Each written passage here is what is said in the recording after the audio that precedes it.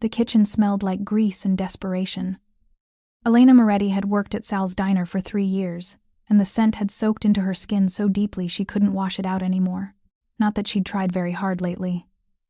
Trying required energy she didn't have. She moved between tables with practiced efficiency, refilling coffee cups and clearing plates while her mind calculated numbers that never added up right. Rent was due in 5 days. The electricity bill sat unopened in her purse because looking at it wouldn't change the fact that she didn't have the money. And her brother's medication, the expensive kind that kept his seizures under control, cost more than she made in 2 weeks. "Elena, table 7 needs their check."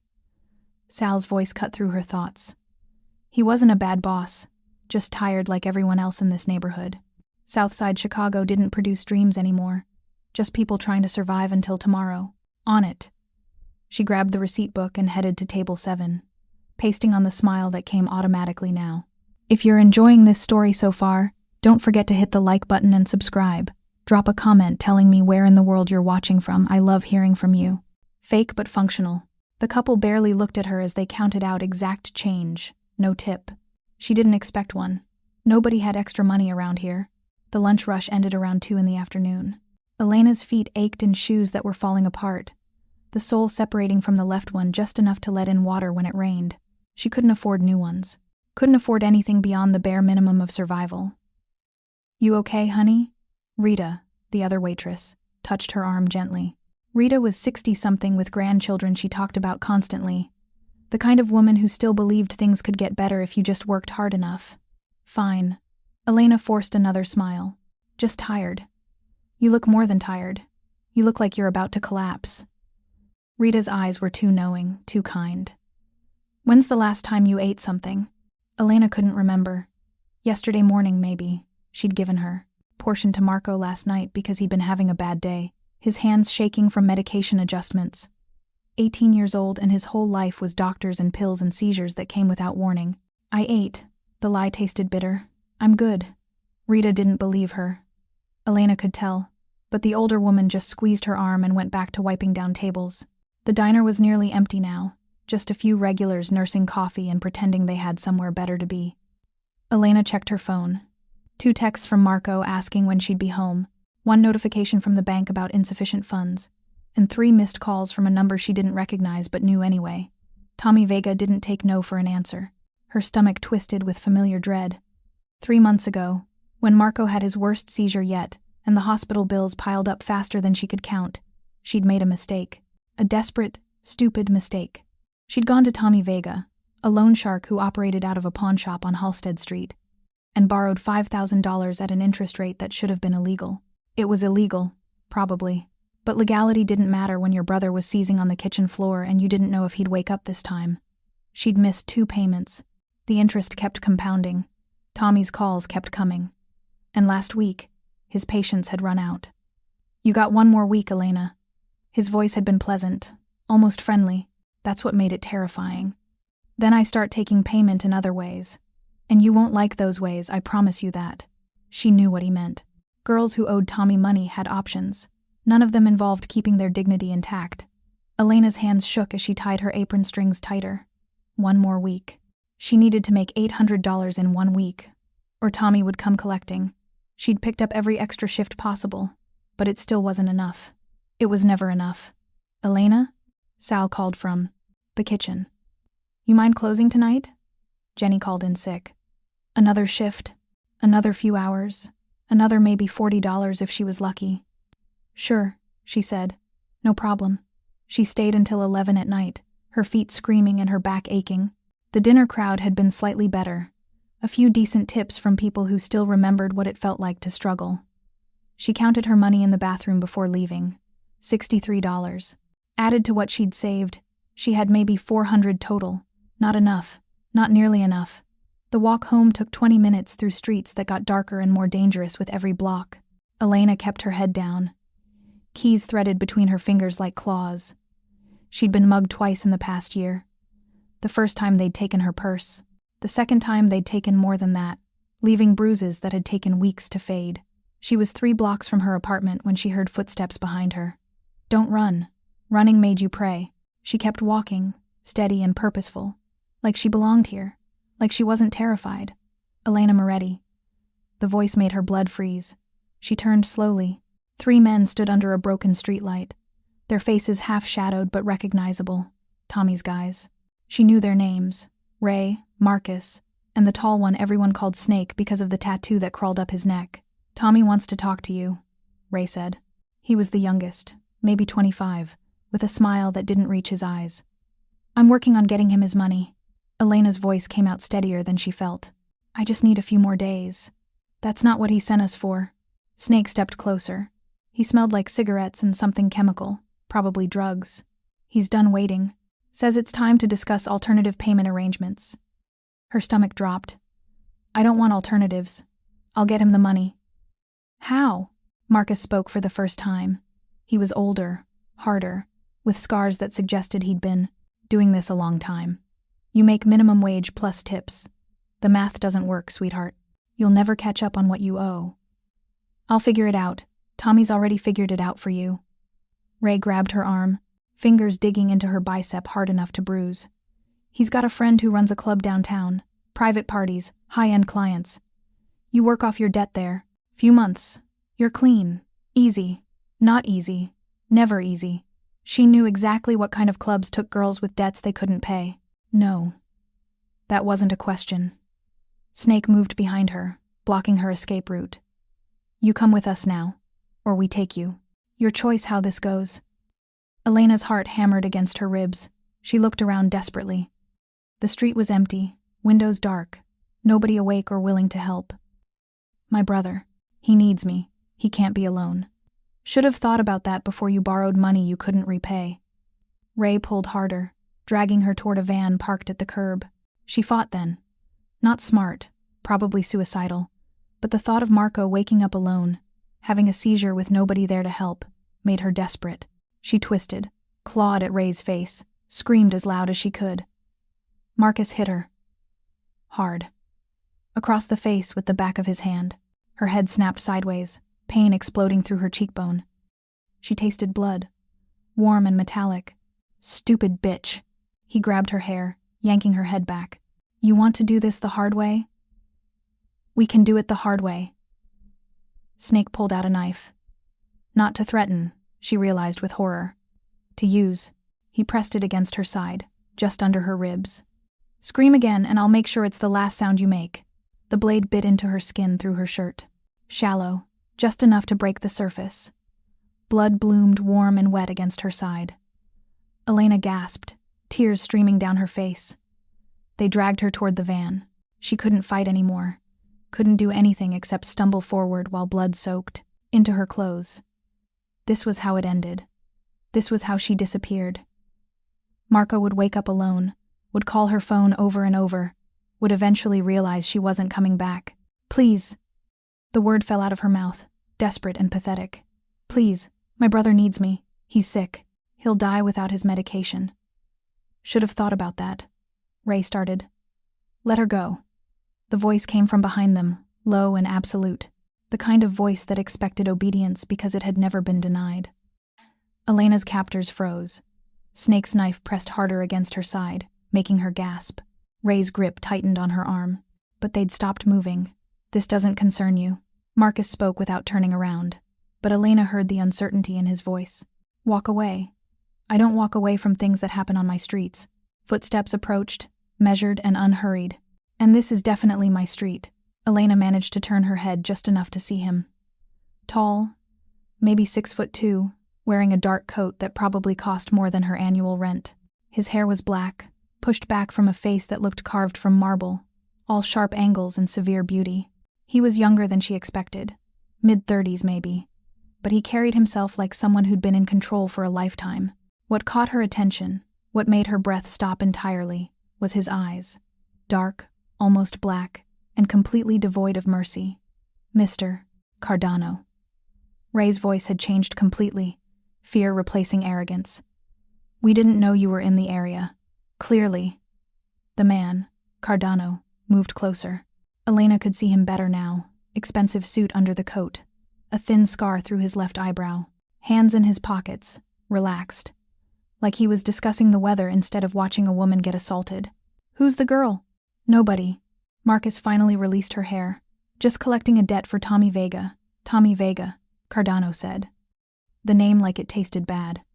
The loan shark who operates, without permission in my territory. That Tommy Vega? Silence. Heavy and suffocating. I asked a question. Cardano's tone didn't change, but something in the air shifted. Became dangerous. Yes, sir. Snake's knife slowly pulled away from Elena's side. He sent us to collect from her. She owes him 8,000. How much did she borrow? 5,000. 3 months ago, Elena added, before she could stop herself. Her voice shook, but she met Cardano's eyes. 3 months ago, the interest is predatory. One of Cardano's eyebrows rose slightly. She speaks, and coherently, despite bleeding. His gaze dropped to her side where blood had soaked through her shirt. Put her down. Mr. Cardano, Tommy's going to be pissed if we don't. Do I look like I care what Tommy Vega thinks? Now there was steel in his voice.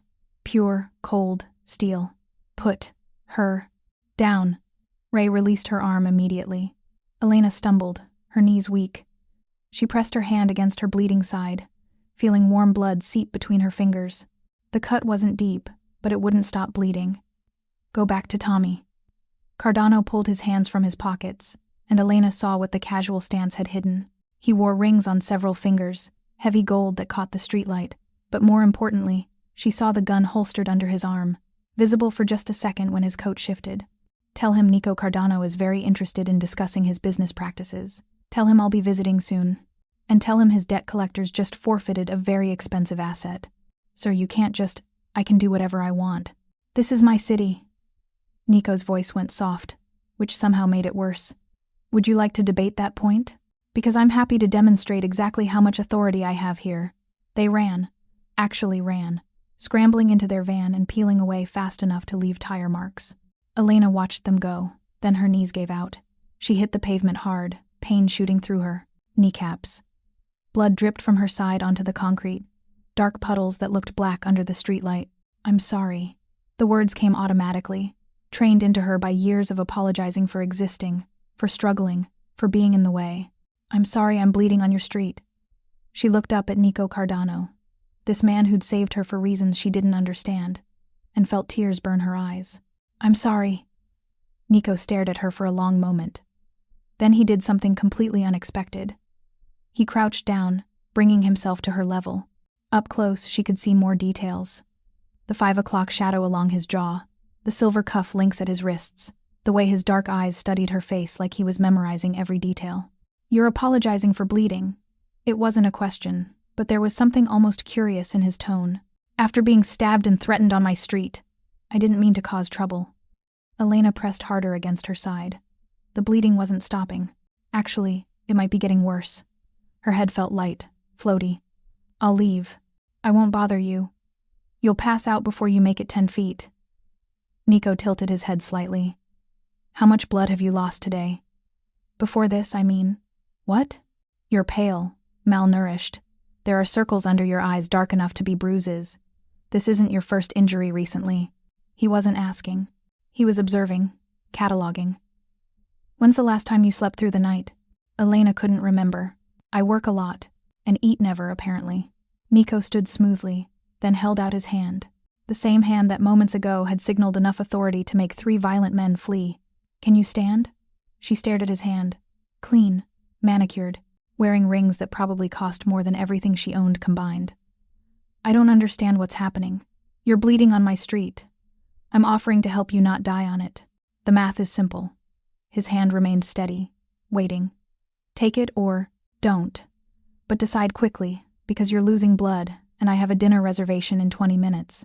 Elena placed her hand in his. His grip was firm, careful, and he pulled her to her feet with surprising gentleness. The world tilted sideways. She stumbled forward, and suddenly his arm was around her waist, supporting most of her weight. Easy. His voice was closer now, right beside her ear. When did you last eat? Yesterday morning. The truth came out because she was too dizzy to lie. I gave my dinner to my brother. He needs to eat with his medication, and we didn't have enough for both of us. Nico went very still. Your brother, the sick one they mentioned? Marco. He's 18. Epilepsy. Severe. Elena's words started slurring together. She could feel consciousness trying to slip away. If I don't go home, he'll be alone. He can't be alone during a seizure. He could die. Address. What? Your address. Where's your brother? Nico was already moving, guiding her toward a car parked half a block away. A very expensive car, black and sleek, like something from a movie. Elena rattled off her address automatically. Why do you need to know? Because you're not going anywhere except a hospital. Nico opened the passenger door with his free hand, while keeping her upright with the other. And your brother needs someone to check on him. I can't afford a hospital. Panic cut through the fog in her head. I already owe $8,000. I can't add more debt. I'll be fine. Just let me go home. You have a knife wound that won't stop bleeding. You're malnourished to the point of potential organ damage, and you can barely stand. Nico helped her into the passenger seat, his movements efficient but surprisingly gentle. You're not fine. You haven't been fine for a very long time. He crouched beside the open door, meeting her eyes directly. I'm going to help you.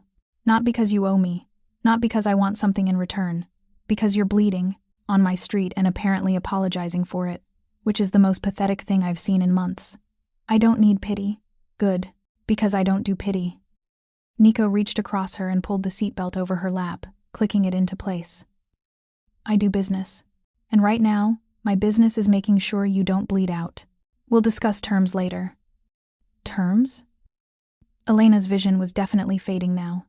Black spots danced at the edges. What terms? Later. He closed her door and moved around to the driver's side. The car was already running. Had it been this whole time? She hadn't noticed. My brother, she said again, weakly. Marco. Someone needs to check on him. He can't wake up alone. Nico pulled out his phone, dialed without looking away from the road as he pulled into traffic. Luca, I need you to send someone to an address. I'm texting you. 18-year-old kid, epileptic, probably asleep. Have Romano watch him until I give further instructions. Make sure the kid takes his medication if he wakes up. He paused. No, don't scare him. Just tell him his sister sent you. Tell him Elena's fine and she'll be home soon. He hung up and glanced at Elena. Satisfied? She wanted to protest, to ask who Romano was and why she should trust a stranger with her brother. But her head was so heavy and the car was warm and she hadn't felt safe in so long that the sensation was almost overwhelming. Why are you helping me? The question came out barely a whisper. Nico was quiet for a long moment, his eyes on the road, jaw tight. Because 3 men were about to disappear you from my street, and I don't allow that kind of thing in my territory. Because you're bleeding and apologizing for it instead of demanding help like you have every right to. Because you gave your dinner to your sick brother and worked yourself into the ground trying to keep him alive. He glanced at her, something unreadable in his dark eyes. Because someone should help you. And apparently, I'm the only one available. I can't pay you back. I didn't ask you to. His attention returned to the road. Close your eyes. We'll be at the hospital in 10 minutes. Elena tried to stay awake. Tried to watch where they were going, to maintain some sense of control over a situation that had spiraled completely out of her grasp. But she was so tired, so impossibly tired. And for the first time in 3 years, someone else was making the decisions, carrying the weight, telling her it was okay to let go. Her eyes closed. The last thing she felt before unconsciousness took her was Nico's hand briefly touching her shoulder, checking if she was still breathing. The last thing she heard was his voice, quiet but certain. You're safe now. I've got you. Then darkness swallowed everything. Elena woke up to white. White ceiling, white walls, white sheets that smelled like antiseptic and laundry detergent. Hospital. She was in a hospital. Her side ached with a deep, throbbing pain that meant stitches. Her head felt stuffed with cotton, and there was an IV in her arm, clear fluid dripping steadily into her veins. She sat up too fast and immediately regretted it. The room spun, her stomach lurched, and a hand appeared on her shoulder, gently pushing her back down. Easy. The voice was female, middle-aged, professional. You've lost quite a bit of blood. Let yourself wake up slowly. Elena blinked until her vision cleared. A nurse stood beside her bed, checking monitors with practiced efficiency. She had kind eyes and graying hair pulled back in a neat bun. My brother. Elena's throat was dry, her voice scratchy. Marco. I need to call him. He'll be worried. Your brother is fine. The nurse adjusted Elena's the. If you're hooked on this story, make sure to subscribe and turn on notifications so you never miss an upload. Your support means everything and helps me bring you more emotional stories like this one. Mr. Cardano had someone check on him. Apparently he's asleep and doing well. His medication was taken on schedule. Mr. Cardano. Right. The man who'd appeared like some kind of dark guardian angel and taken control of everything. Where is he? In the waiting room. He's been here for 3 hours? The nurse's expression softened slightly. He paid for your treatment. All of it. Refused to leave until we confirmed you'd be okay. 3 hours. Elena looked at the window where gray early morning light filtered through. She'd been unconscious for hours. What time is it? Almost 5 in the morning. The nurse made a note on her chart. You had a knife wound that required 18 stitches, significant dehydration, and anemia from malnutrition. When's the last time you had a full meal? Elena couldn't remember, couldn't answer. The nurse's expression turned disapproving. You're 24 years old. You should be healthy, strong. Instead, you're barely functioning. If you'd gone another week like this, you would have collapsed. Your organs were starting to show stress from malnutrition. I was doing what I had to do. Elena's voice came out sharper than intended. To keep my brother alive.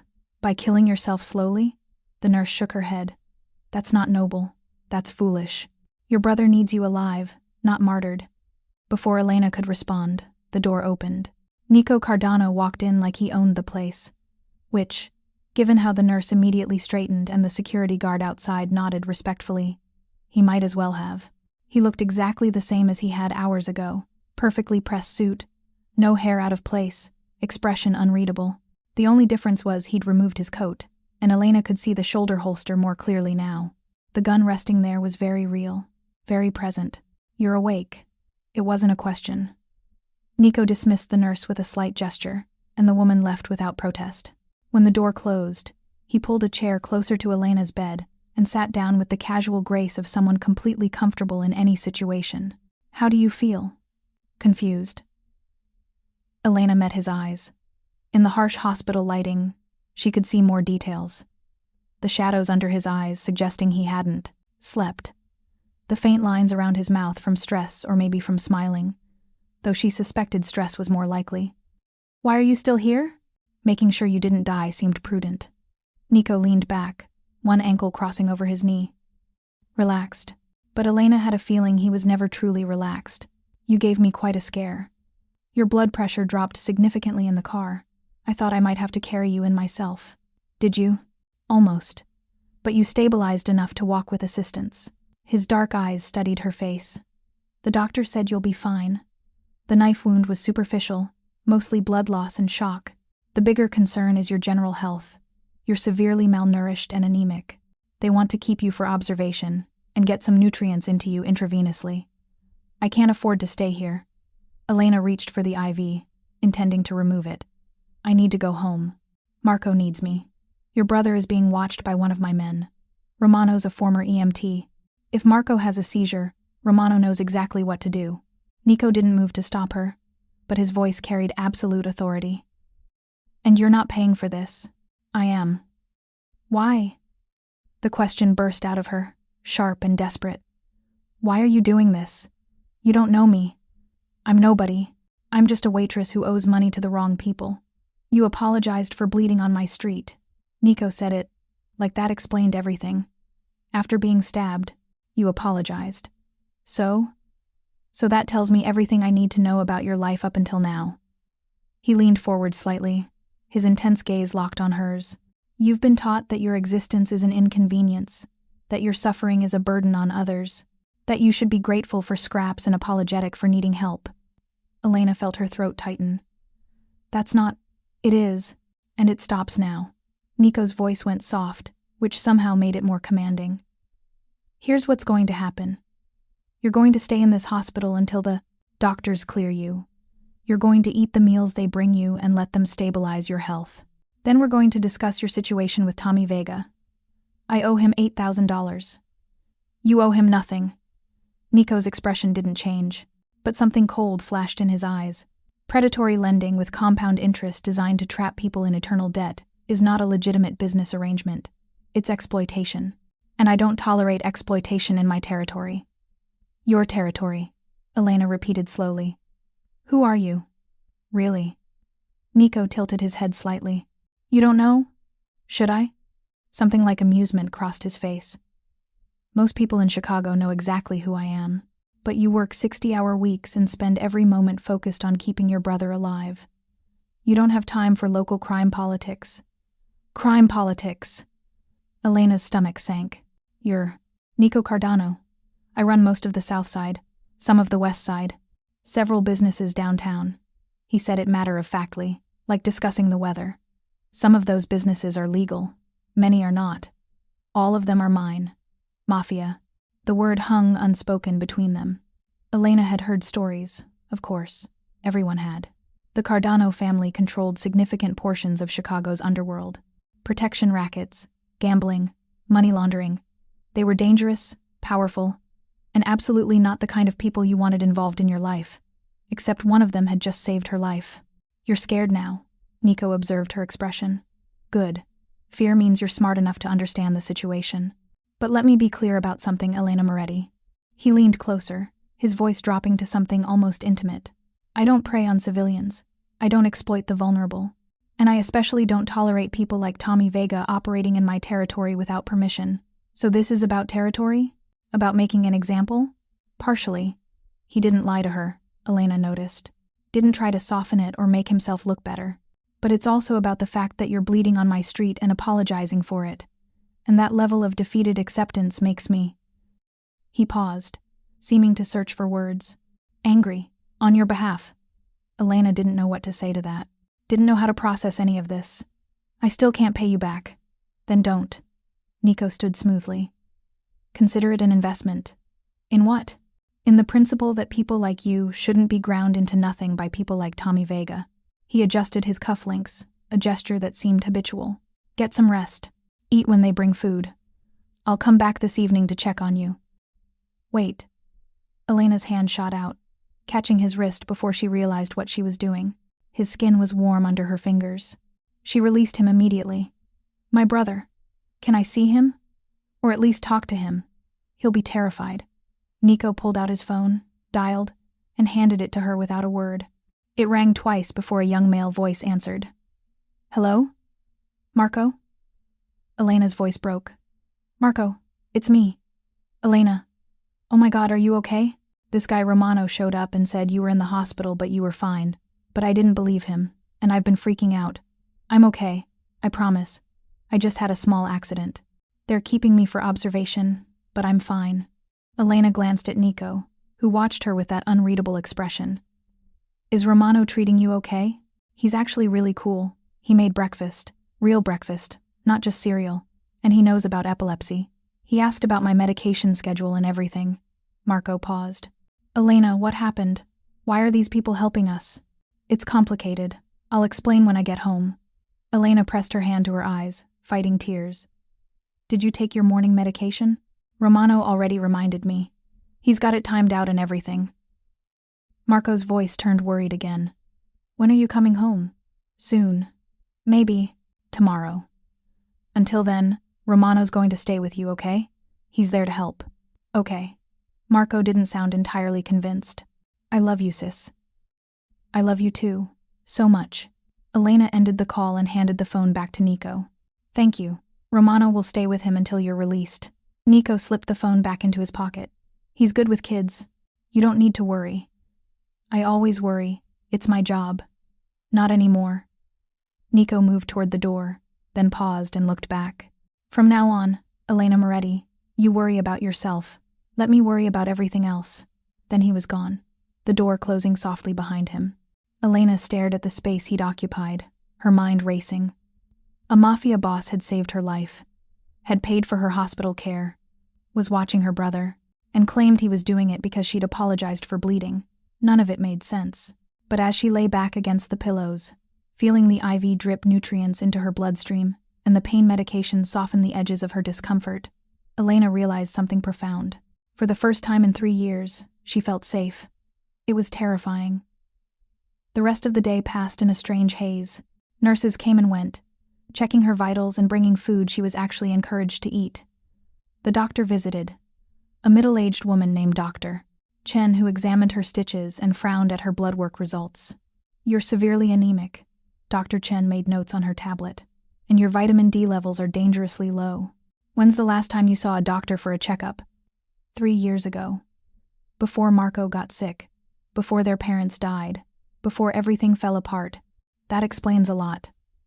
Dr. Chen's expression softened. "We're going to keep you another night for observation. I want to get your nutrient levels stabilized before discharging you. And you need to follow up with a primary care physician within 2 weeks. I don't have insurance. That's already been handled." Dr. Chen said it casually, like it was normal for random crime bosses to pay for comprehensive medical care. "All your bills are covered. You just need to focus on recovery." After the doctor left, Elena tried to process everything, tried to make sense of how her life had shifted so dramatically in less than 12 hours. She'd gone from being stabbed in the street to lying in a private hospital room with round-the-clock care, all because she'd bled in the wrong place at the right time. Or the right place at the right time. She wasn't sure which. Her phone, which someone had thoughtfully plugged in to charge, buzzed with texts from Marco. Romano had apparently let him use his phone to send updates. The messages were mundane, reassuring. They'd watched movies. Romano had ordered pizza. Marco had taken his afternoon medication on schedule. No seizures, no emergencies, no crises. For the first time in years, someone else was handling it. Someone else was making sure Marco was safe, fed, and cared for. The relief was so overwhelming it made Elena's chest tight. She must have dozed off because the next thing she knew, the light outside had changed from afternoon to early evening, and Nico Cardano was back, sitting in the chair beside her bed like he'd been there for hours. "You're staring at me sleep." Elena's voice came out groggy. "That's creepy. I just arrived." There was the faintest hint of amusement in his tone. "But you woke up quickly. Good instincts." Elena pushed herself upright, wincing at the pull of stitches. "Is Marco okay?" "He's fine. Romano says he's a good kid. Smart. Asked a lot of questions about where you were and why I was helping." Nico crossed one leg over the other. "I told him the truth. That you were hurt, and I happened to be there." He knows there's more to the story. Nico's dark eyes studied her face. But he also knows his sister is safe and being cared for, which is apparently all that matters to him. Elena pulled the thin hospital blanket higher, suddenly self-conscious. In the harsh light, she was aware of how she must look. Unwashed hair, hospital gown, bruises blooming across her arms from IVs and rough handling. Not exactly impressive. "What do you want from me?" she asked it bluntly, needing to understand. Nobody does this much without expecting something in return. Cynical, but accurate. Nico didn't deny it. "I want information first. Tell me about Tommy Vega. How much do you actually owe him? What were the original terms?" Elena explained it all. The $5,000 loan 3 months ago. The interest rate of 20% per month, compounding. The missed payments because she couldn't keep up. The total debt that had ballooned to $8,000 despite her making some payments. 20% monthly compound interest. Nico's expression went cold. "That's not lending. That's systematic theft." "It was my only option." "It wasn't. You just didn't know the other options existed." He leaned forward. "Here's what's going to happen. I'm going to have a conversation with Tommy Vega about operating without permission in my territory.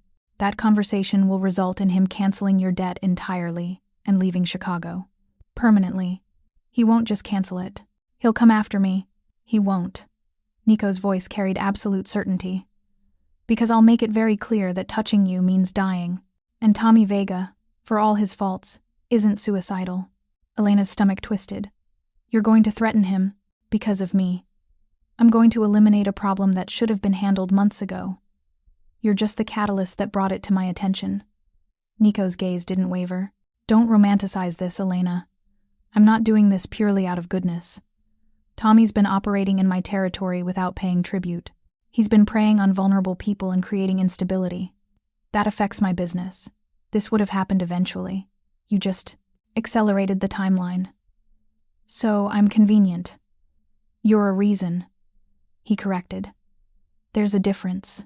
But yes, your situation makes this easier to justify to my associates who might question why I'm spending resources on one woman's debt." At least he was honest. Elena appreciated that more than she probably should. What happens after? After Tommy's gone and my debt is canceled? Do I owe you instead? No. Nico said it firmly. You don't owe me anything. But I do want something from you. Here it comes, Elena thought. The catch. The price. What?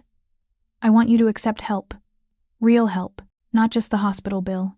Nico pulled an envelope from his inside jacket pocket and set it on her bedside table. Inside is $5,000 in cash.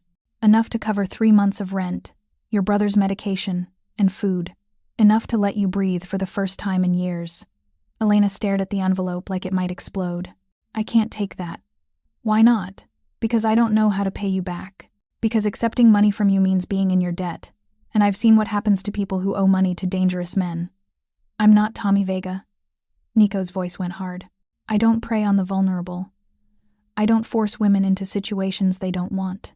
And I sure as hell don't charge compound interest designed to trap people forever. Then what do you want? Really? Nico was quiet for a long moment, his dark eyes searching her face. I want you to not apologize for bleeding anymore. I want you to eat full meals and sleep through the night and take care of yourself so your brother doesn't lose the only family he has left. I want you to accept that sometimes help doesn't come with strings attached. There are always strings. Not with me. Not with you. He stood, towering over her bed. Take the money, Elena. Use it to survive. When you're ready, when you're healthy and stable, we'll talk about whether you want to keep working at that diner, or if you want something better. Something better like what?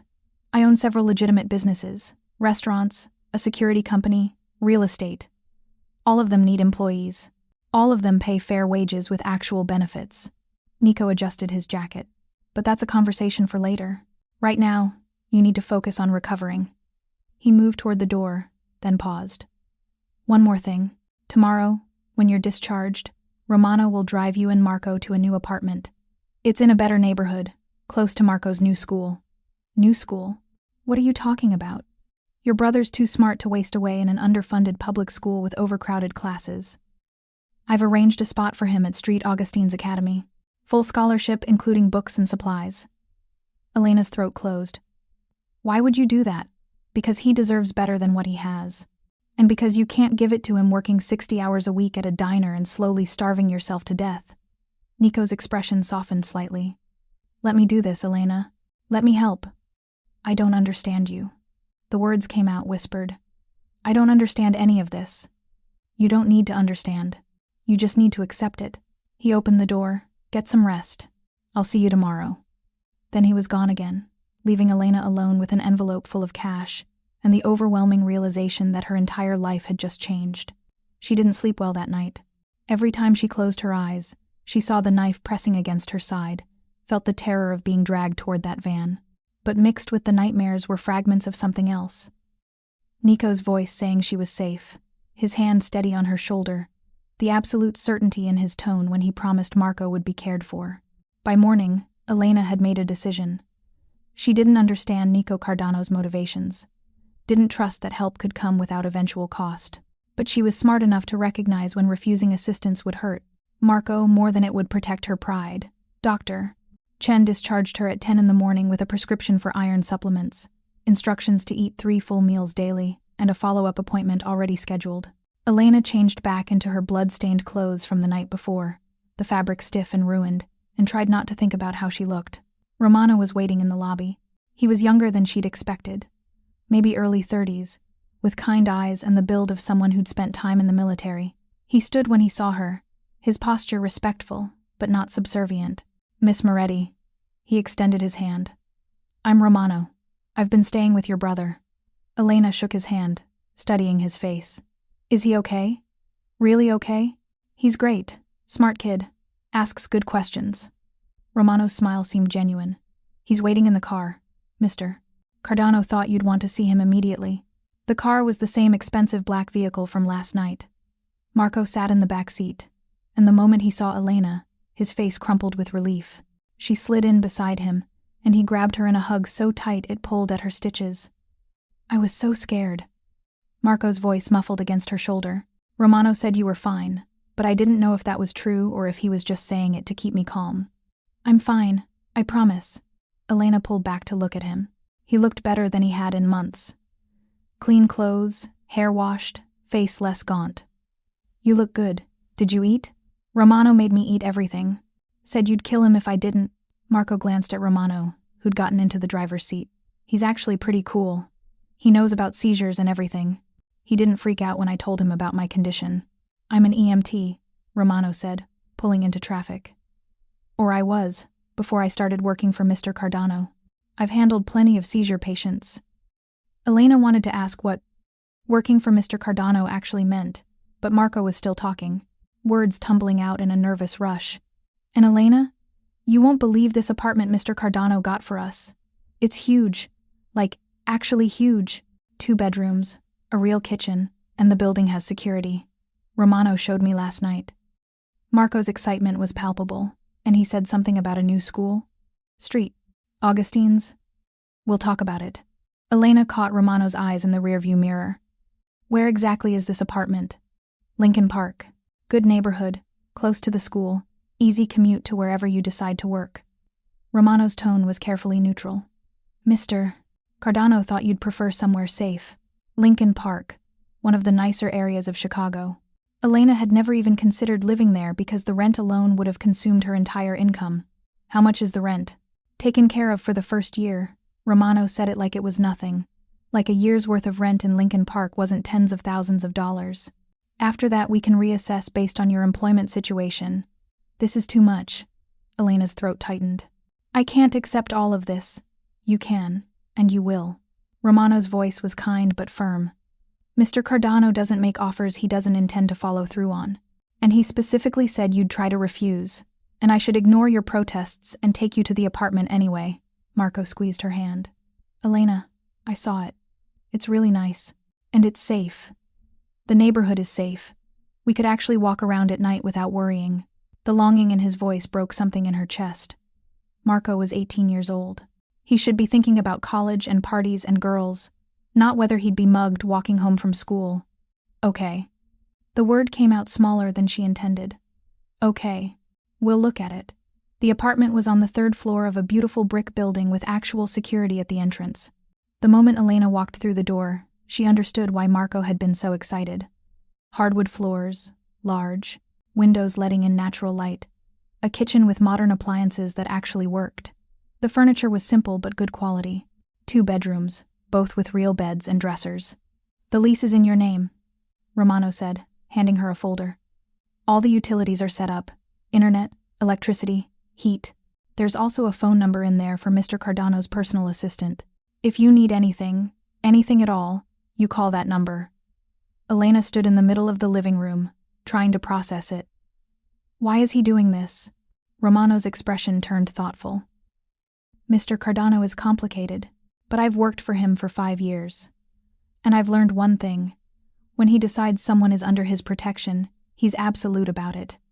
You're under his protection now. That means you get the full weight of his resources. But why? I'm nobody. You apologized for bleeding on his street." Romano said it like that explained everything, just like Nico had. "Mr. Cardano has very particular triggers. People who've been beaten down so thoroughly they apologize for their own suffering. That's one of them. Makes him furious on their behalf. That's a weird trigger for a criminal. He's a criminal with a code." Romano moved toward the door. "I'll be around for the next few days, helping you get settled. Marco knows how to reach me if he needs anything. And Mr. Cardano will probably stop by tomorrow to check on you." After Romano left, Elena and Marco explored the apartment in stunned silence. The refrigerator was fully stocked. The bathroom had towels, soap, all the basics.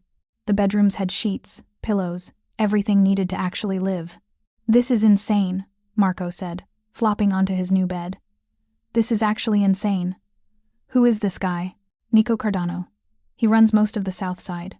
Elena sat on the edge of his bed. "He's Mafia, Marco. This isn't a charity. This is a crime boss deciding we're his responsibility for reasons I don't fully understand." "Does he want something from you? Like, something bad?" "He says no. Says this comes with no strings." Elena rubbed her face. "But there are always strings. Maybe." Marco sat up, his expression serious beyond his years. "Or maybe we got lucky. Maybe the right person found you at the right time. And for once, the universe is on our side." Elena wanted to believe that. Wanted to accept that help could be genuine, that safety could be real. But 3 years of crushing struggle had taught her to be suspicious of anything that seemed too good to be true. That night, she lay in her new bed in her new bedroom, staring at the ceiling. The mattress was comfortable, the sheets were soft. And for the first time in years, she wasn't worried about whether they'd have electricity tomorrow or if Marco would have his medication. It should have felt like relief. Instead, it felt like waiting for the other shoe to drop. Nico came by the next afternoon, while Marco was out exploring the neighborhood with Romano. Elena had spent the morning organizing their meager belongings in this space that was far too nice for what they owned. She answered the door in jeans and a clean shirt, her hair pulled back, the bandage on her side hidden under her clothes. "How are you settling in?" Nico asked, stepping inside without waiting for an invitation. He wore dark slacks and a white button-down, no jacket, and somehow looked both more casual and more dangerous than he had in his full suit. "It's..." Elena searched for words. "This is too much, all of it." "You've said that already. Multiple times." Nico walked through the apartment, examining it with a critical eye. "Is something wrong with it? Is anything broken or missing?" "No, it's perfect. That's the problem." He turned to look at her, one eyebrow raised. Most people don't consider perfection a problem. Most people don't suddenly get rescued by a mafia boss and handed an entirely new life. Elena crossed her arms. "I need to understand what you actually want from me. Because this level of help, this level of investment, it doesn't make sense unless there's an end game I'm not seeing." Nico was quiet for a long moment. Then he moved to the window, looking out over the street below. "When I was 12 years old, my mother was killed by a rival family. She'd been shopping for groceries. Wrong place, wrong time. Crossfire from a territory dispute she had nothing to do with." Elena's breath caught. She hadn't expected honesty, and certainly not something this personal. "My father went insane with grief." Nico's voice was flat, emotionless. "He burned down half the city getting revenge. Killed everyone even remotely connected to the people who'd killed her. It took 5 years, but he did it. Systematically, completely. I'm sorry. Don't be. It was a long time ago." Nico turned back to her. "But it taught me something important. Innocent people get caught in crossfire. People who are just trying to survive, who are doing nothing wrong. They get destroyed by systems they have no power over. And I decided then that when I took over, when it was my turn to run things, I wouldn't allow that. Not in my territory. So this is about guilt? About making up for your mother?" "This is about principle," Nico corrected. "You were being victimized by someone operating illegally in my territory.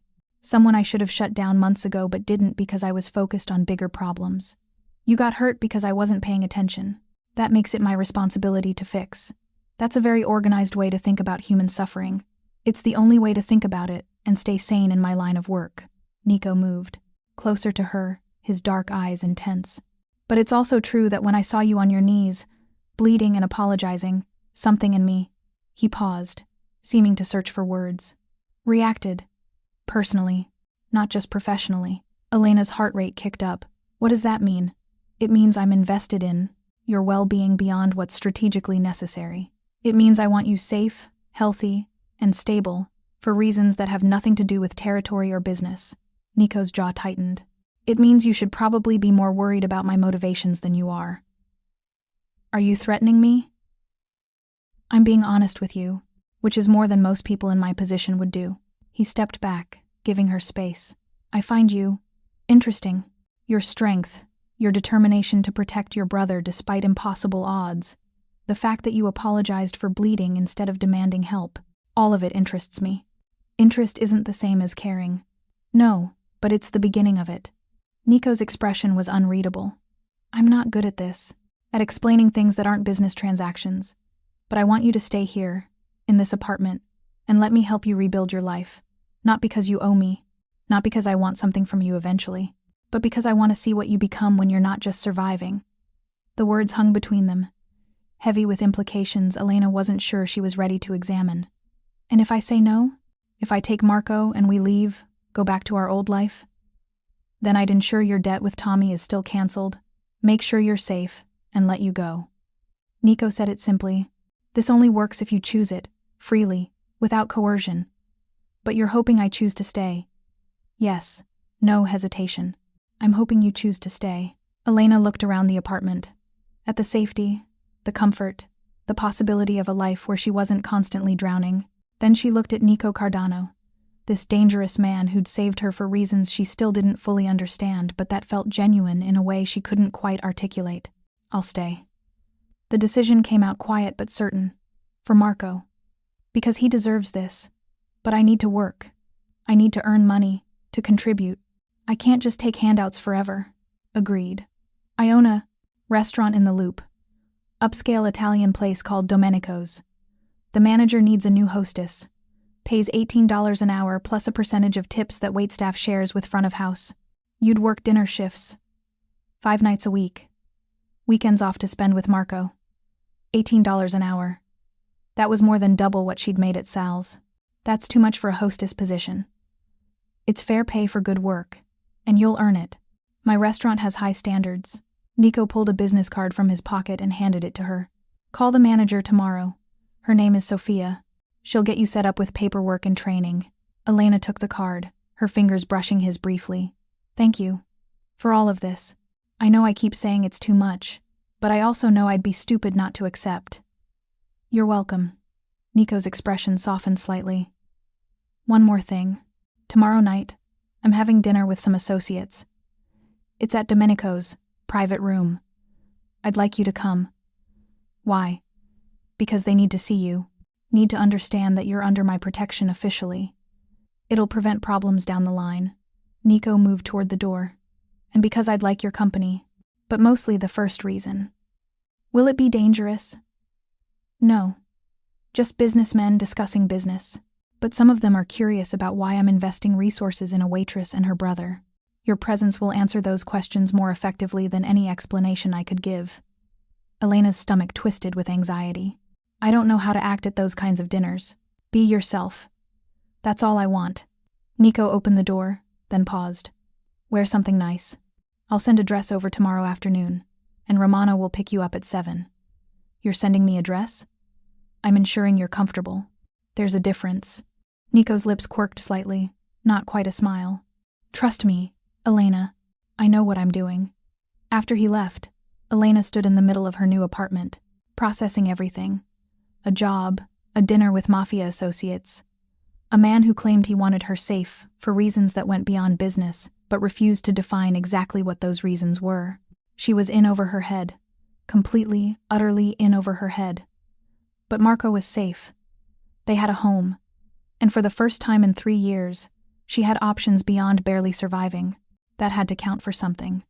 The dress arrived the next afternoon in a garment bag with a high-end boutique's logo. Elena opened it with trembling fingers and pulled out something that probably cost more than 2 months of her old rent. Deep emerald green, simple lines, elegant without being flashy. It fit perfectly, which meant Nico had guessed her size accurately. That observation made her feel both cared for and slightly unnerved. Romano picked her up at 7 exactly. Marco whistled when he saw her. You look fancy, he said, grinning. Like, actually fancy. Not trying to look fancy with cheap clothes fancy. Thanks, I think. Elena adjusted the dress nervously. Are you sure you'll be okay alone? Romano already gave me his number. And the building has security. And Mr. Cardano apparently has someone checking on me every hour. Marco rolled his eyes. I'm more supervised than I've ever been in my life. Go. Have dinner with scary crime people. Try not to get murdered. That's not reassuring. It wasn't meant to be. But Marco hugged her tight. You look beautiful, sis. For real. The drive to Domenico's took 30 minutes through evening traffic. The restaurant was in a better part of downtown, the kind of place Elena had walked past 1,000 times but never imagined entering. Romano opened her door when they arrived. Mr. Cardano is already inside. Private dining room on the 2nd floor. Romano's expression was kind. You'll be fine. Just be yourself. Easy for him to say. He wasn't about to walk into a room full of criminals. The restaurant was beautiful. All dark wood and soft. Lighting. With the kind of sophisticated atmosphere that screamed money. The hostess recognized Romano immediately and led them upstairs without question. The private dining room was smaller than Elena expected. Elegant table set for 8, expensive wine already poured. Nico stood by the window, and when he turned and saw her, something flickered across his face. Appreciation. Maybe. Or something deeper. Elena. He crossed to her immediately. You look perfect. The dress is beautiful. Thank you. It suits you. Nico placed a hand on the small of her back, the touch light but possessive. Come, meet everyone. The associates were exactly what Elena expected. Well-dressed men in expensive suits, most of them older than Nico, all of them with eyes that calculated everything. There were no women except her. Gentlemen, this is Elena Moretti. Nico's voice carried absolute authority. She's under my personal protection. I expect that to be respected. The men studied her with varying degrees of curiosity. One of them, silver-haired and distinguished, raised his wineglass slightly. Cardano's never brought a woman to a business dinner before, he said. Must be special. She is. Nico guided Elena to a seat beside his at the head of the table. And that's all the discussion we need on the subject. Dinner was formal, the food incredible. Elena mostly stayed quiet, listening to the men discuss territory disputes, upcoming deals, problems with rival families. It was strange, hearing them talk about violence and illegal operations over perfectly seared duck breast and expensive wine. But she also noticed things.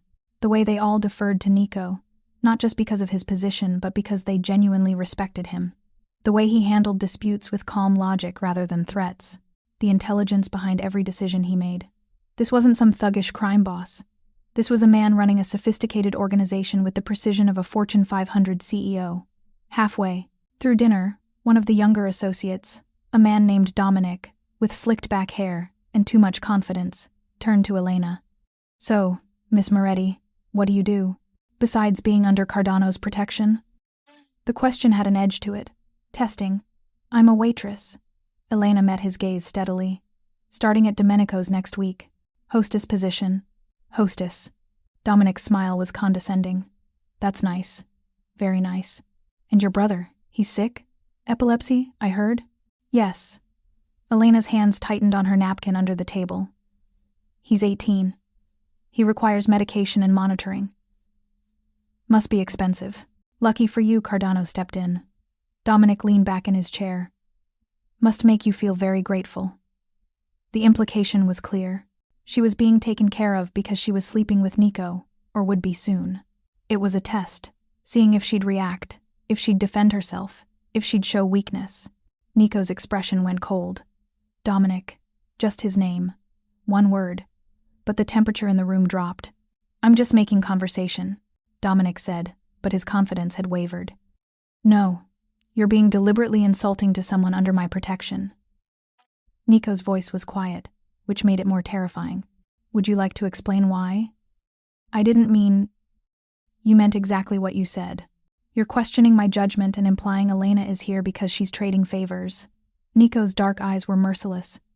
Let me be absolutely clear. Elena Moretti is under my protection because I decided she would be. Her employment at my restaurant is legitimate, and any implication otherwise is an insult to both of us. Do you understand? Dominic had gone pale. Yes, sir. I apologize. Not to me, to her. Dominic turned to Elena, and she saw genuine fear in his eyes. I apologize, Miss Moretti. I was out of line. Elena nodded, not trusting her voice. The rest of dinner passed in tense silence, at least around Dominic. The other men continued their discussions.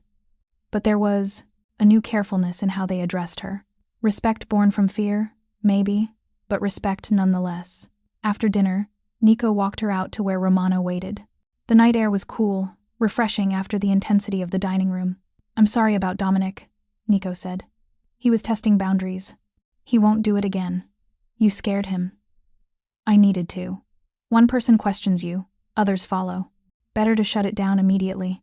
Nico faced her, his expression serious. But his question wasn't entirely unfounded. People will wonder about my motivations, about why I'm protecting you. And what will you tell them? The truth. That you're under my protection because I choose it. That's all the explanation anyone needs. Nico's hand came up, his fingers brushing her cheek gently. But between us, the truth is more complicated. Elena's breath caught. How complicated? I like you, Elena Moretti. More than I should. More than is probably wise. His thumb traced her cheekbone. I want you safe because the alternative is unacceptable to me. And I want you in my life because when I look at you, I see strength, I respect, and vulnerability I want to protect. That's the truth. That's not a business transaction. No, it's not. Nico dropped his hand, stepping back, which is why this only continues if you want it. If the answer is no, if you want me to remain just your employer and protector, I'll respect that. But I needed you to know where I stand. Elena's mind raced. This was dangerous. Getting involved with a man like Nico Cardano was asking for complications she couldn't predict. But it was also honest, raw, real in a way nothing had been for years. I don't know what I want yet, she said finally. But I know I'm not running away. Does that count for something? It counts for everything. Nico's expression softened. Take your time. Figure out what you want. I'm patient when something matters. He opened the car door for her, and Romano drove her home. The entire ride. Elena felt Nico's touch still lingering on her cheek, his words replaying in her mind. She was in trouble. Deep, complicated, probably dangerous trouble. But for the first time in years, she also felt alive. The next 2 weeks fell into a strange new rhythm. Elena started at Domenico's and quickly realized the job was legitimate. Sophia, the manager, was professional and demanding. The work was real. The customers expected excellence. And Elena earned every dollar she made. But she also couldn't escape the reality of who owned the restaurant. Nico came by most nights, usually late, always to the private dining rooms. Sometimes he'd stop at the hostess stand, ask how her shift went, make sure she was eating enough. Sometimes he just nodded to her across the room, a silent acknowledgement that was oddly intimate. The staff treated her differently because of him. Not badly, but carefully, like she was something precious that could break, or more likely, like she was someone the boss cared about, and disrespecting her would have consequences. Marco thrived at Street Augustine's. He came home every day talking about classes, about teachers who actually cared, about making friends for the first time in years. His seizures decreased in frequency, whether from better medication management or reduced stress. Elena wasn't sure. Probably both. Romano checked on them regularly, becoming something like a friend. He taught Marco how to cook properly, took him to museums on weekends, filled the role of protective older brother with surprising ease. And through it all, Elena felt herself watching Nico Cardano, learning him, the way he ran his organization with precision and unexpected fairness, the way he treated his people with respect but expected absolute loyalty, the way he looked at her when he thought she wasn't paying attention. 3 weeks after moving into the apartment, Elena's phone rang late at night. Nico's name on the screen. Hello? I need you to do something for Day. His voice was tight, controlled. And I need you to not ask questions until later. Elena sat up in bed, instantly alert. What's wrong? Romano's going to pick you and Marco up in 10 minutes. Pack a bag, essentials only. You're staying somewhere else for a few days. Nico, what happened? Tommy Vega's associates found out I canceled his operation. They're not happy. There's been some retaliation. His voice was calm, but Elena heard the underlying tension. You're not in immediate danger, but I'm not taking chances. You and Marco are going to a safe house until this is resolved. Elena's stomach dropped. This is because of me. Because you helped me. This is because Tommy Vega was operating illegally and refused to stop. You're just the excuse I used to shut him down. It would have happened eventually. Nico paused. Elena, I need you to trust me. Can you do that? She thought about the past 3 weeks. The safety, the stability, the way he'd kept every promise he'd made. Yes, I trust you. Good. Romano will explain more when he gets there. And Elena? Yeah, this will be over soon, I promise. The line went dead. Elena woke Marco, explained quickly, and they packed in frantic silence. By the time Romano arrived, they were ready. He looked grim, professional, a gun visible at his hip. What happened? Elena demanded as they rushed to the car. Tommy's people hit one of Mr. Cardano's warehouses. Tried to make it look like a rival family. It didn't work. Romano drove fast but controlled. Mr. Cardano's handling it, but he wants you somewhere secure while he does. Where are we going? His personal estate. North Shore. It's the most secure location he has. Romano glanced at her in the rearview mirror. You'll be safe there. He's not taking any chances with you. The estate was massive, gated, with actual security guards, set on what had to be acres of land. The house itself looked like something from a movie, all stone and expensive architecture. Romano led them inside to a wing that he explained was for guests. "Stay here. Don't leave the property. There are guards everywhere, but they're for your protection." Romano's expression was serious. "Mr. Cardano will come by when he can, but he's busy dealing with Tommy's people." "Is he in danger?" Elena asked. "Mr. Cardano is always in danger. It's the job." Romano squeezed her shoulder. "But he's very good at what he does. Try not to worry." After Romano left, Elena and Marco explored their temporary home. The guest wing had 3 bedrooms, a full kitchen, a living area with a TV, everything they could possibly need. But it also felt like a cage, however luxurious. "This is insane," Marco said, looking out the window at the grounds. "This is like a movie. Are we really hiding from loan sharks at a mafia boss's mansion?" "Apparently." Elena sank onto the couch. "I'm sorry, Marco. I'm so sorry I got us into this. You didn't get us into anything. You were trying to keep me alive." Marco sat beside her. "And honestly, this is the safest I've felt since Mom and Dad died. Yeah, it's scary that there are bad people out there, but we have good people protecting us. That's more than we've had in years." Elena pulled him close, grateful for his resilience. They spent the evening watching movies, trying to pretend everything was normal. But Elena couldn't stop thinking about Nico, about what he was doing, whether he was safe. It was 2 a.m. when she heard footsteps in the hallway. She sat up from where she'd been dozing on the couch, instantly alert. The door opened, and Nico walked in. He looked exhausted. His shirt was untucked, sleeves rolled up, hair disheveled. There was blood on his knuckles. "Is that your blood?" Elena asked, standing. "Some of it." Nico moved to the kitchen, ran his hands under the faucet. "Tommy Vega is dead. So are most of his key associates. The ones who aren't dead have left Chicago permanently. It's over." "The matter-of-fact way," he said. It made Elena's stomach turn. "You killed them." "I did what was necessary to protect my territory and my people. That included you." Nico dried his hands, wincing slightly. "I'm not going to apologize for it. I'm not asking you to." Elena moved closer. "I'm asking if you're okay." Nico looked at her like she'd spoken a foreign language. "Why wouldn't I be? Because you just killed people. Because you're bleeding. Because you look exhausted." Elena took his hand, examining the split knuckles. "Where's your first aid kit?" "I don't need. Where is it?" She used the same tone he'd used on her at the hospital. Absolute. Something almost like amusement flickered in his eyes. "Bathroom. Under the sink." Elena led him to the guest bathroom and made him sit on the edge of the tub. She cleaned his knuckles carefully, applied antibiotic ointment, wrapped them in gauze. The whole time, Nico watched her with an expression she couldn't read. "You're taking care of me?" he said quietly. "No one takes care of me." "Well, someone should." Elena finished wrapping his left hand.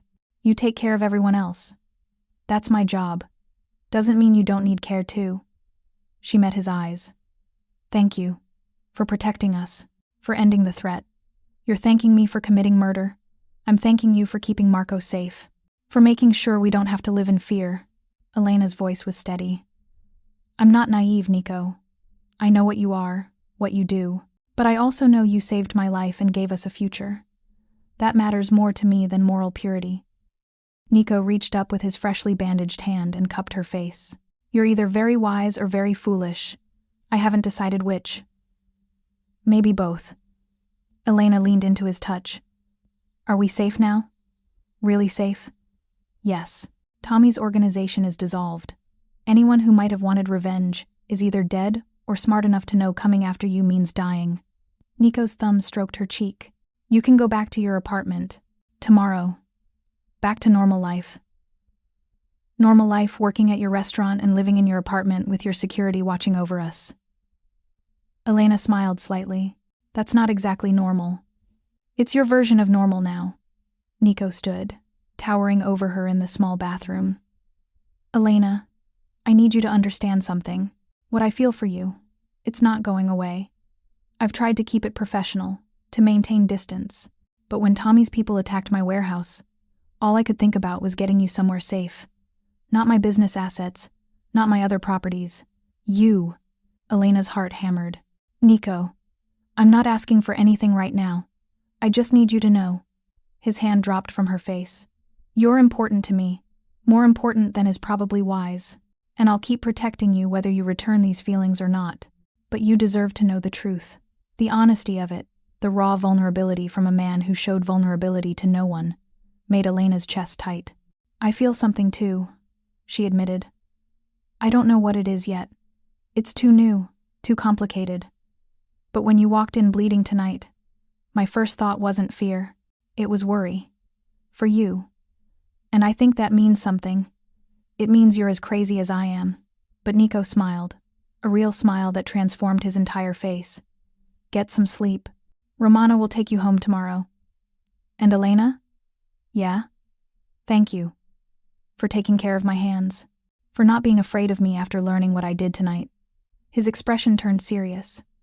For seeing me as more than just the monster who commits violence. You're not a monster. You're a man doing what he thinks is necessary to protect what's his. Elena stood on her toes and kissed his cheek gently. Go get some sleep. You look like you're about to collapse. Nico caught her hand before she could pull away completely. I'm glad I found you bleeding on my street. That's a terrible thing to be glad about.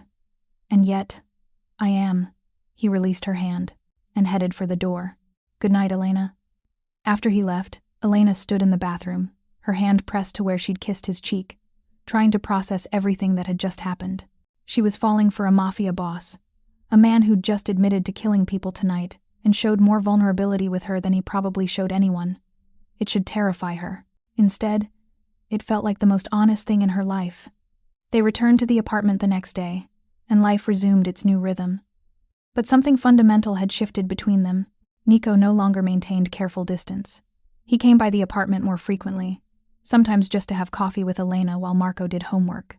He called her during the day to check in, not about security or logistics, but just to hear her voice.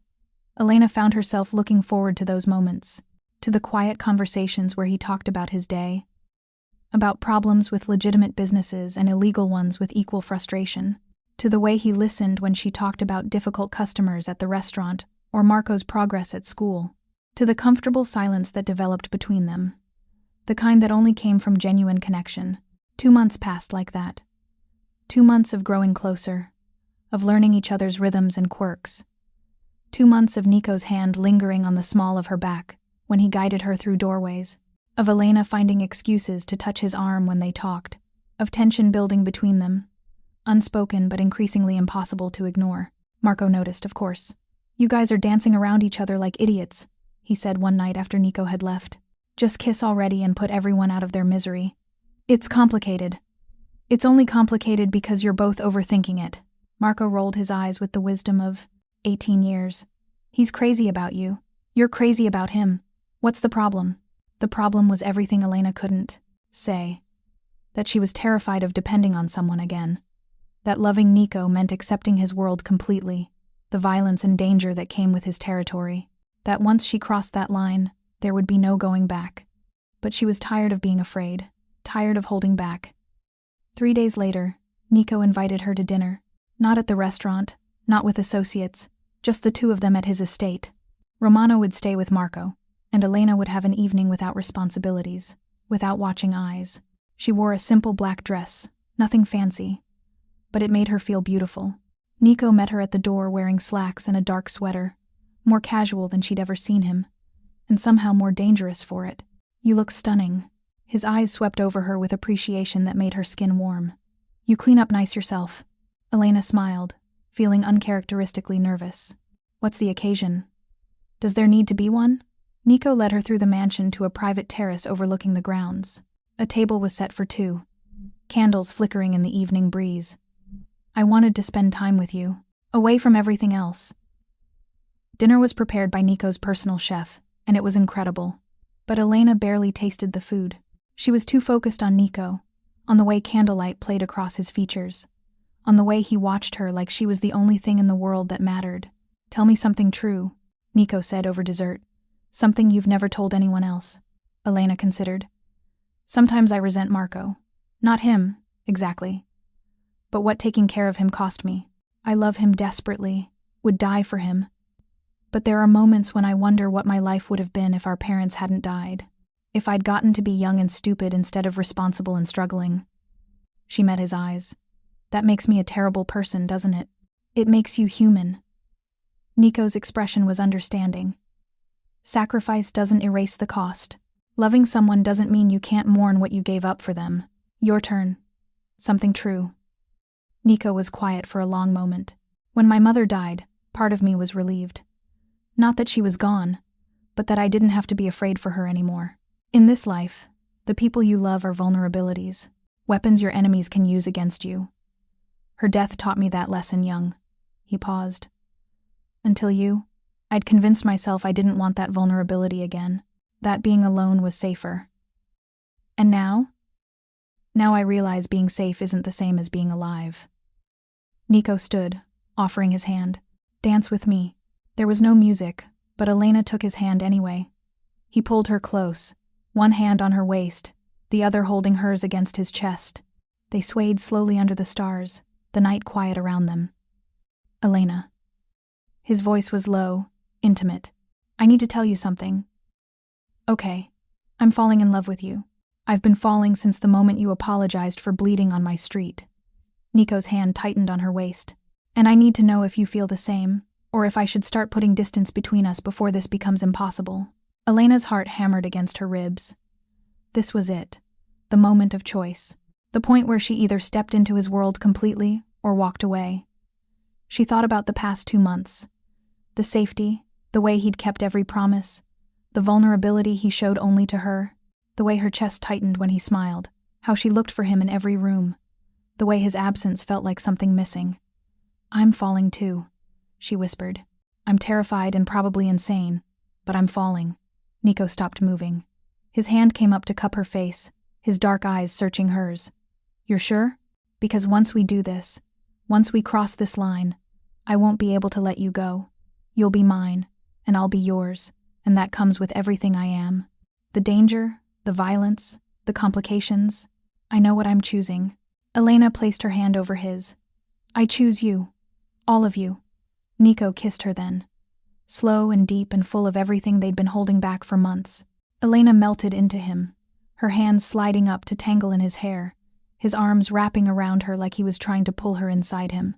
When they finally broke apart, both breathing hard, Nico pressed his forehead to hers. Stay tonight, he said. Not for anything except being close. I just want you in my bed, in my arms, so I can wake up knowing you're real. Okay. Elena kissed him again, softer this time. I'll stay. They went to his bedroom, and true to his word, he simply held her. They lay facing each other in the dark, talking quietly about nothing and everything, fingers intertwined between them. Elena had never felt safer, more cherished, more seen. I'm going to spend the rest of my life protecting you, Nico whispered as she drifted toward sleep. You and Marco, you're my family now. We're not married. We will be, eventually, when you're ready. He kissed her forehead. Sleep, Elena. I've got you. She believed him. For the first time in her life, Elena Moretti fell asleep feeling completely, perfectly safe. The next morning, Elena woke up alone. Nico's side of the bed was cold, and for a moment panic gripped her. Had last night been a mistake? Had he changed his mind? Then she smelled coffee. She found him in the kitchen, already dressed in his usual suit, phone pressed to his ear. When he saw her, his expression softened. He ended the call immediately. Coffee's fresh. There's breakfast in the warmer. Nico crossed to her, kissed her thoroughly. Good morning. Good morning. Elena felt herself smiling like an idiot. You're already working? I'm always working, but I wanted to be here when you woke up. He poured her coffee, added cream exactly how she liked it. Romano's bringing Marco over in an hour. I thought we could have breakfast together, the 3 of us. You want to have breakfast with my teenage brother? He's part of you. That makes him important to me. Nico handed her the coffee. Besides, Marco and I need to have a conversation about his sister dating me. He deserves to know my intentions. Your intentions? Elena laughed.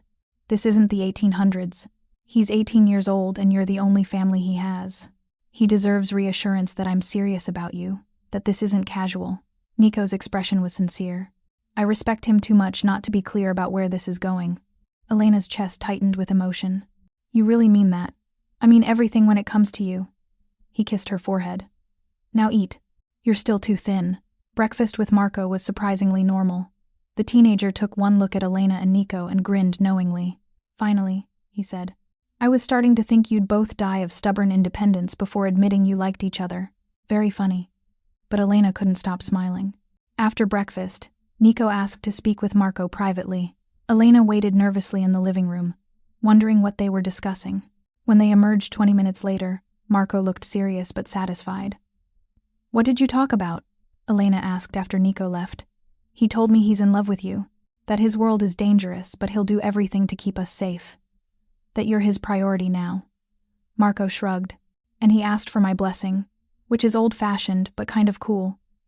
Did you give it? Yeah.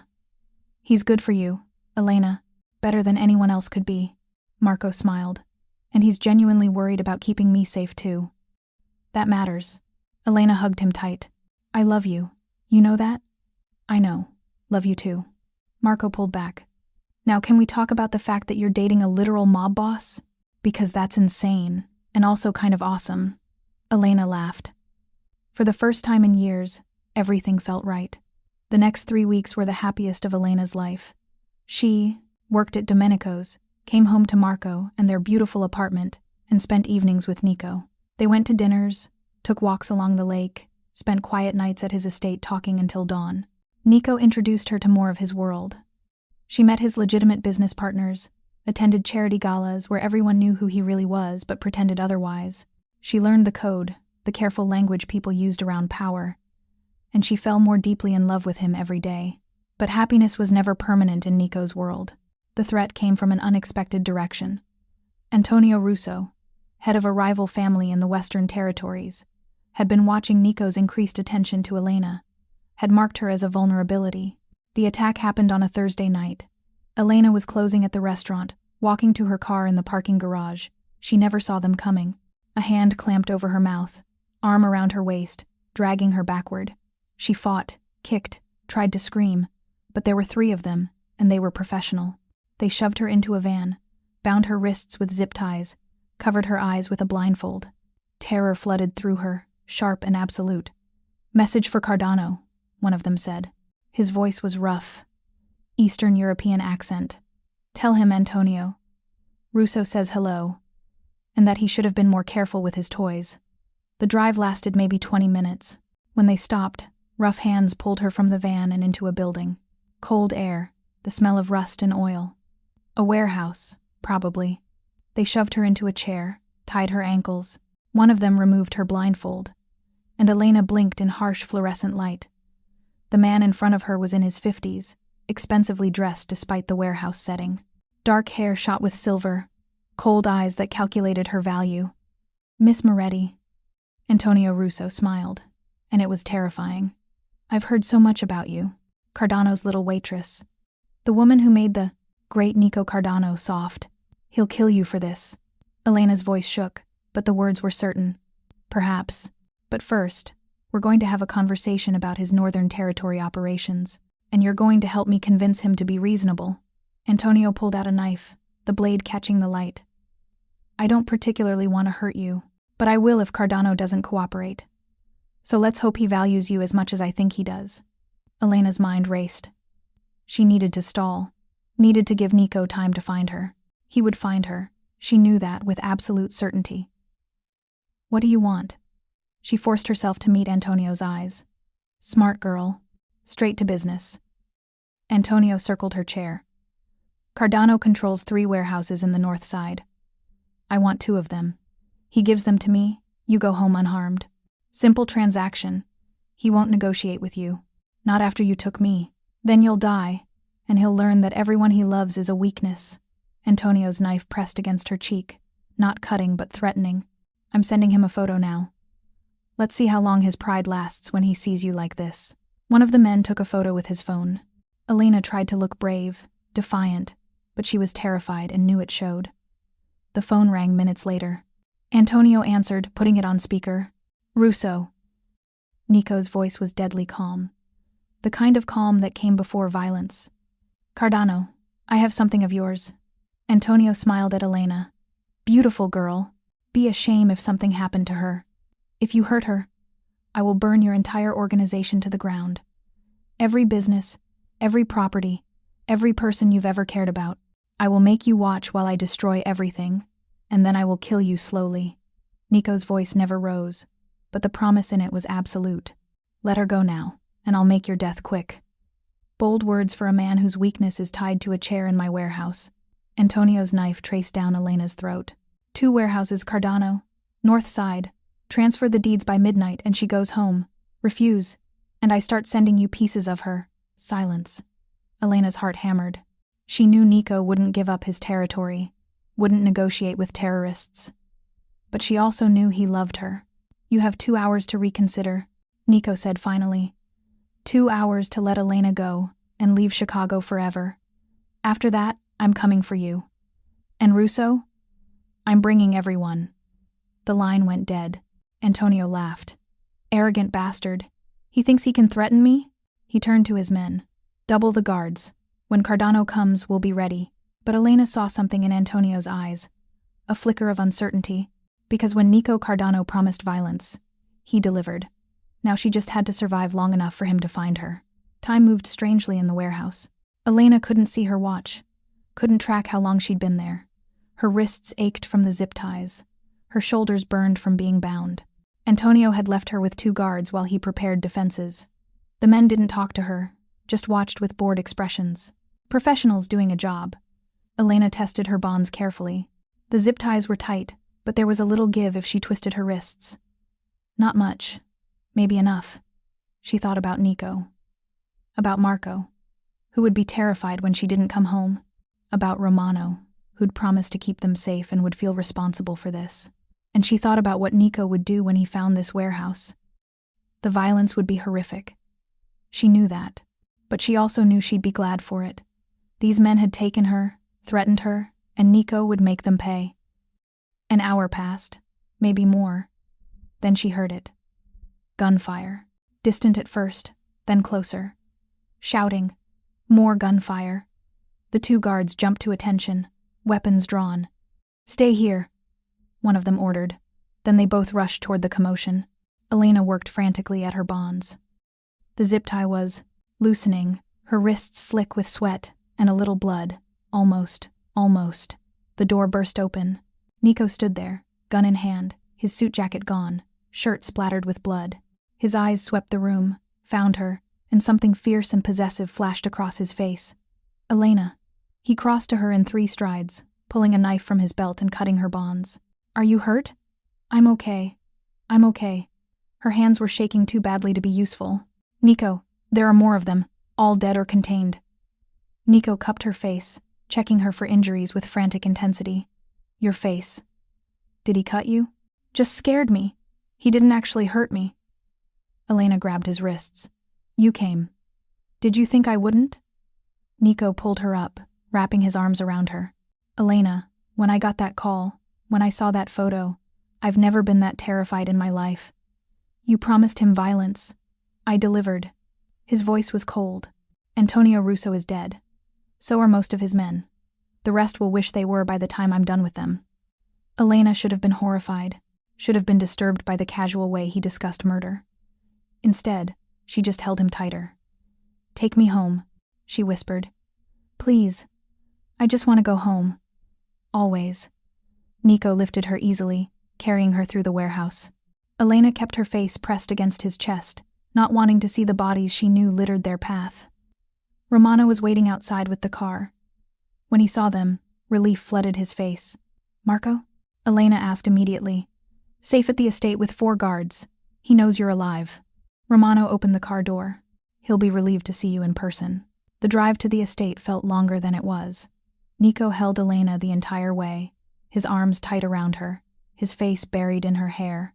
She felt him shaking slightly, the adrenaline and fear finally catching up. "I thought I'd lost you," he said quietly. "For 20 minutes after that call, I thought you might already be dead." "I'm here. I'm okay." Elena pulled back to look at him. "You saved me. I should have prevented it in the first place. Should have had more security on you. Should have anticipated. You can't control everything." Elena cut him off. "You can't prevent every threat. But you came for me when it mattered. That's what counts. At the estate, Marco nearly tackled her with a hug. Don't ever do that again, he said, voice muffled against her shoulder. I thought I'd lost you. I'm okay. I promise. Elena held him tight, grateful beyond words that he was safe, that they both were. That night, after Marco finally went to bed, Elena and Nico sat in his room. He'd cleaned up, changed clothes, but there was still tension in his shoulders. This is my life, he said quietly. This is what being with me means. People will use you to get to me. You'll be a target. I know. You could leave. Take Marco somewhere far away. I'd set you up with enough money to start over, to be safe. Nico's voice was rough. I'd let you go if that's what you need. Elena turned to face him fully. Do you want me to go? God, no. The words burst out of him. But I want you safe more than I want you with me. I'm safest with you. Because you'll move heaven and earth to protect me. Elena took his hands. Today proved that. Nico, I'm not leaving. I love you. I choose this life, with all its complications and dangers. I choose you. Something broke in his expression. He pulled her close, holding her like she might disappear. I love you. So damn much it terrifies me. Good. Be terrified together. Elena kissed him. Now come to bed. We both need sleep. They lay tangled together in the dark, neither quite able to relax completely. The trauma of the day hung over them, sharp and recent. I killed 17 men today, Nico said quietly. For you. And I'd do it again without hesitation. I know. Elena's hand found his in the darkness. Thank you for coming for me. Always. For the Bray. The rest of our lives, Elena. You're mine to protect now. That's not changing. Good. Because you're mine to love. And that's not changing either. They fell asleep like that, holding each other in the dark. Trauma and love wound together in the complicated reality of their life. 3 months later, Nico proposed properly. Not in the heat of crisis or emotion, but on a quiet Sunday morning at the estate. Just the two of them in the garden. Coffee cooling on a nearby table. Early spring flowers beginning to bloom. Marry me, he said simply, producing a ring that was beautiful and understated. Not because of the danger, not because of what we've been through. Marry me because I want forever with you. Because waking up without you doesn't make sense anymore. Yes. Elena didn't need to think. Yes, absolutely yes. The wedding was small, immediate family only, which for them meant Marco, Romano, Sophia from the restaurant, and a handful of Nico's most trusted associates. They married in the estate's garden on a perfect June afternoon. When Nico slipped the ring on her finger and promised to love and protect her for the rest of his life, Elena believed him absolutely. When she promised the same, she meant every word. Their life together wasn't simple. There were still threats, still danger inherent in Nico's world, but they faced it together, building something solid out of circumstances that had started with Elena bleeding on a street and apologizing for it. 6 months after the wedding, Elena found out she was pregnant. Nico cried when she told him, actual tears, and spent the next 9 months being obsessively protective. Their daughter was born on a snowy February morning. They named her Sophia, after the woman who'd given Elena her first real chance at Domenico's. She was perfect, tiny and fierce, and loved beyond measure. Marco, now 19, and thriving at university, came home that weekend to meet his niece. He held her carefully, his expression soft with wonder. You did good, sis, he said. You built something amazing out of nothing. Elena looked at Nico, who held their daughter with such tender care, looked at Marco, healthy and happy and safe, looked at the life they'd built from the ashes of her old one. We all did, she said. We all did good. That night, with Sophia sleeping in her bassinet and Nico's arms around her, Elena reflected on how far she'd come.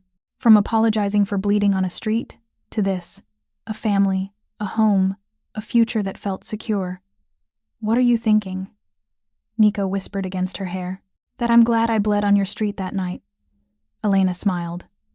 That you found me when I needed finding most. Best thing that ever happened to me. Nico kissed her temple. Finding you bleeding and apologizing, like your suffering was an inconvenience to everyone else. It changed everything. It gave me everything. He pulled her closer. You gave me everything, Elena Cardano. Elena fell asleep in her husband's arms, their daughter breathing softly nearby, knowing she was exactly where she belonged. She'd apologized for bleeding on Nico Cardano's floor that night, terrified and broken. He'd carried her to his car and, in doing so, had carried her into a completely new life. It wasn't the life she'd planned. It wasn't even close. But it was hers, theirs, and that made it perfect. Thank you so much for watching until the end. If you loved this story, check out the other videos on your screen now. I think you'll really enjoy them. And don't forget to subscribe if you haven't already. See you in the next story.